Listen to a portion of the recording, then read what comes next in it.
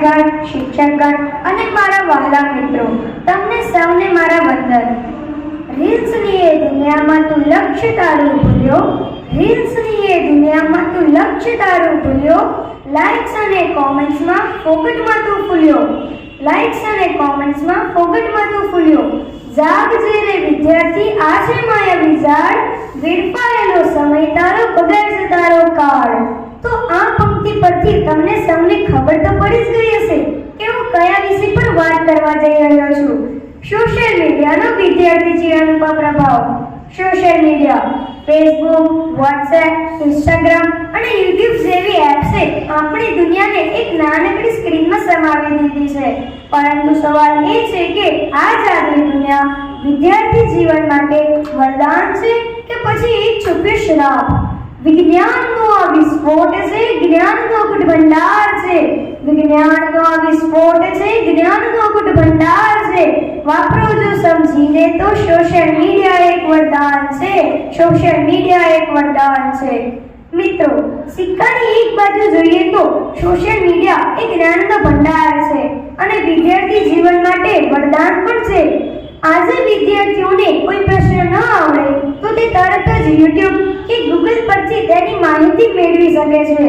વિશ્વના શ્રેષ્ઠ શિક્ષકોના લેક્ચર્સ માત્ર એક ક્લિક પર ઉપલબ્ધ છે। ઘણા વિદ્યાર્થીઓ પોતાની કલા જેમ પેઇન્ટિંગ, સંગીત કે લેખન સોશિયલ મીડિયા દ્વારા લાખો લોકો સુધી પહોંચાડી રહ્યા હોય છે। અભ્યાસલક્ષી ગ્રુપ દ્વારા વિદ્યાર્થીઓ પોતાની નોટ શેર કરી શકે છે અને શૈક્ષણિક બાબતોની ચર્ચાઓ કરી શકે છે। એકાગ્રતા ઘટી રહી છે અને ભણતર પાછળ છૂટે છે, એકાગ્રતા ઘટી રહી છે અને ભણતર પાછળ છૂટે છે। સોશિયલ મીડિયાના વેગમાં વિદ્યાર્થીઓના જીવન ખૂટે છે, વિદ્યાર્થીઓના જીવન ખૂટે છે। પરંતુ મિત્રો, સિક્કાની બીજી બાજુ અત્યંત ગંભીર છે। સોશિયલ મીડિયા પર રીલ્સ અને શોર્ટ્સ જોવામાં સમય ક્યાં વહી જાય છે તેની ખબર પણ પડતી નથી। આ આદત વિદ્યાર્થીઓમાં એકાગ્રતા ઘટાડી રહી છે। બીજાના ભપકાદાર ફોટા જોઈ પોતાની સરખામણી કરવી, આ આદત વિદ્યાર્થીઓમાં લઘુતા ગ્રંથિ અને તણાવ પેદા કરે છે। કલાકો સુધી મોબાઈલ પકડી રાખવાથી આંખો નબળી પડવી, અનિદ્રા અને બેઠાડું જીવન જેવી સમસ્યાઓ નાની ઉંમરે ઘર કરી શકે છે।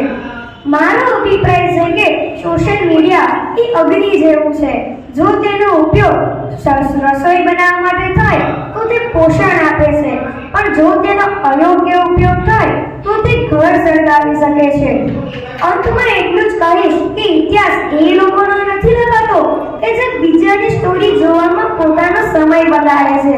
ઇતિહાસ તો એ લોકોનો લખાય છે જે પોતાના જીવનને એક હિસ્ટ્રી બનાવવાની તાકાત રાખે છે।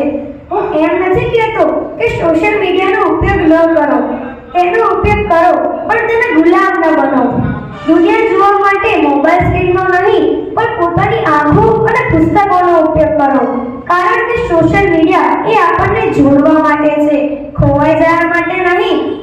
મોબાઈલની આ દુનિયામાં ખોવાયેલું છે બાળપણ, મોબાઈલની આ દુનિયામાં ખોવાયેલું છે બાળપણ, લાઇક્સ અને કોમેન્ટ્સમાં રોકાયેલું છે ભણતર।